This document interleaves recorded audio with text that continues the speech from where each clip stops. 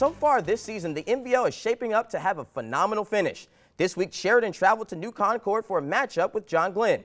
Both teams haven't lost in conference play thus far, but of course, someone would have to have a tough loss tonight. Simply put, who wanted this game more?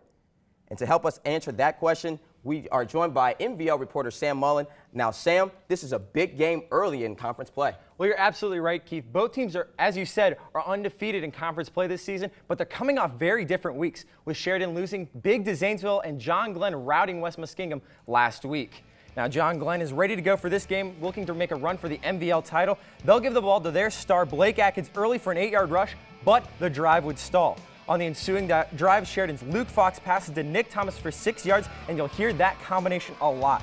But on this play, it's Chase Heath. He'll be handed the ball, breaks a few tackles before getting taken down after gaining 17 yards.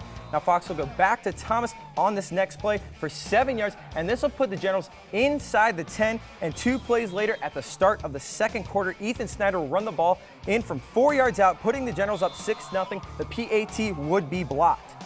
Less than a minute left in the second quarter now. Fox will roll out and find Thomas for 18 yards and a first down.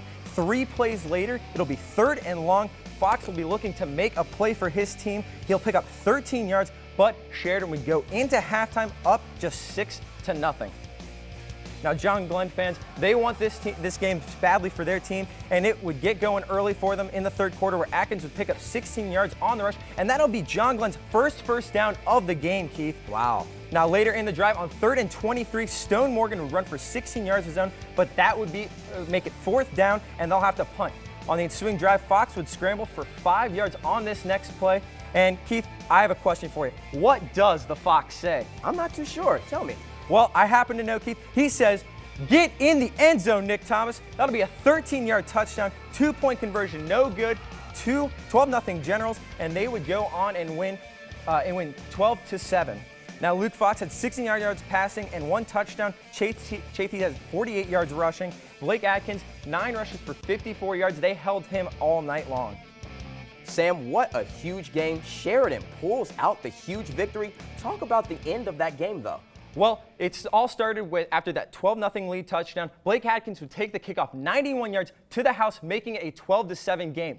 We'll jump to 2:30 left in the game, where John Glenn is punting, but the Generals would muff the punt, giving the Little Muskies the ball back on 4th and 3 inside the Sheridan 30. John Glenn gets called for a false start and a dead ball personal foul, making it 4th and 23. An incomplete pass would end the drive for the Little Muskies. Sheridan would kneel down to end the game. So quickly, we're used to hearing big numbers from Blake Atkins, but John Glenn kind of struggled on offense. Oh, you're absolutely right, Keith. They had just 3 yards of offense tonight, and that was just really tough for them to find any momentum. As for Sheridan, what really worked for them is they controlled time of possession. They had nearly 18.5 minutes of possession in the first half, and there was just no way for John Glenn to get going. MVL, though, shaping up to be a great one. Thanks a lot.